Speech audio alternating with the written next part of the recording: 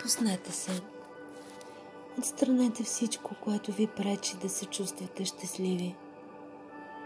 Позволете си да постоите малко поне в собствена вътрешна тишина. Тишина на ума, тишина извън света. Затворете очи. Разгледайте образа на последното нещо, което очите ви видяха. Забележете детайлите. Вижте нюансите.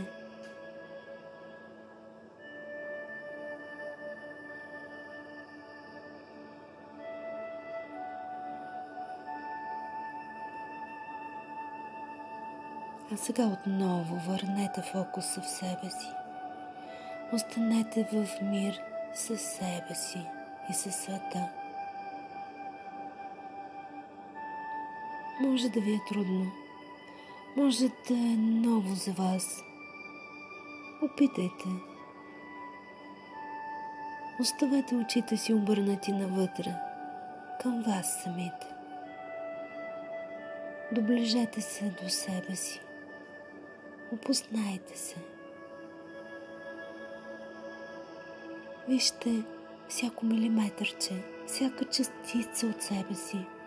Дайте и любов, дайте и нежност. Забравете упреците. Свалете тежката раница, която носите на плещите си. Оставете грижите си. Всеки си има грижи. Никой няма да вземе вашите. Нека почакат.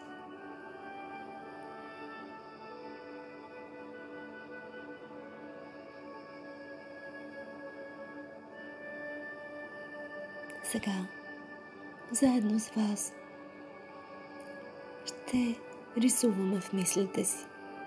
Ще пътуваме в мислите си. Ще отидем заедно в едно пространство на красота, любов, удовлетворение и наслада. Това ще е днешната ваша награда. Не питайте другите какво е щастие. Попитайте себе си. За да намерите своето щастие, трябва да знаете какво означава за вас думата щастие. Често пожелаваме някому щастие.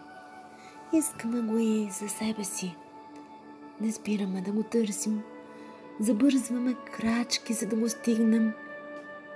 Понякога, изморени от търсене, със сетни сили протягаме ръка отвъд пределите на възможностите си, само и само да го достигнем.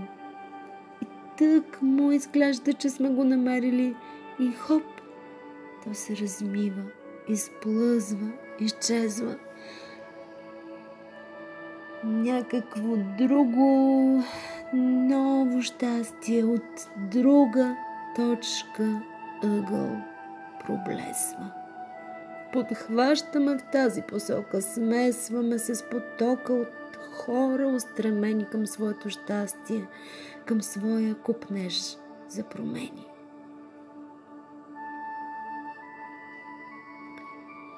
За някои щастието е мечта, за други илюзия. Някои копнеят за него, други го живеят.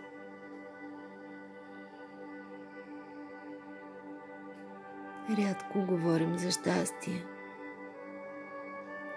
Свикнали сме да го пожелаваме за себе си или на обичан близък, приятел. Понякога питаме за щастието си някой гадател. Забравяме, че всичко следващо е логична последователност от предишното. Забравяме, че живота следва логичност. Всичко, което се случва днес, има своята причина в случилото се вчера, онзи ден или преди. Всичко, което ще ми се случи утре, ще бъде резултат от мисленото, казаното и направеното от мен днес. Сам създаваш своята лична реалност.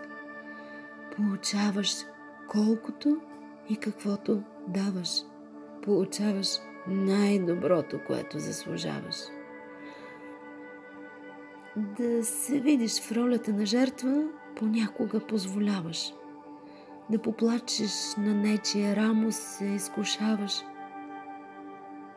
Не се оплаквай.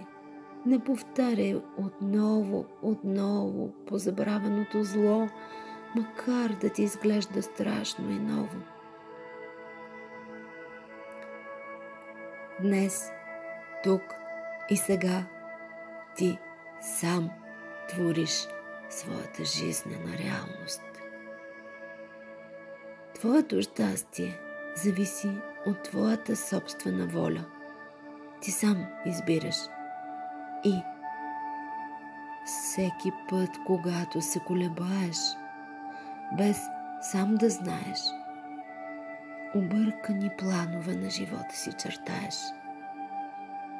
Да бъда или да не бъда, да зная или да не зная, да мога или да не мога, надига се в ума ни тревога. Рисунъкът става ясен. Рисунъкът трябва да е ясен, за да бъде прекрасен. За да изразиш своя аз, е нужно да го познаваш. За да го познаваш, е нужно постоянно да го преоткриваш, развиваш и осъзнаваш.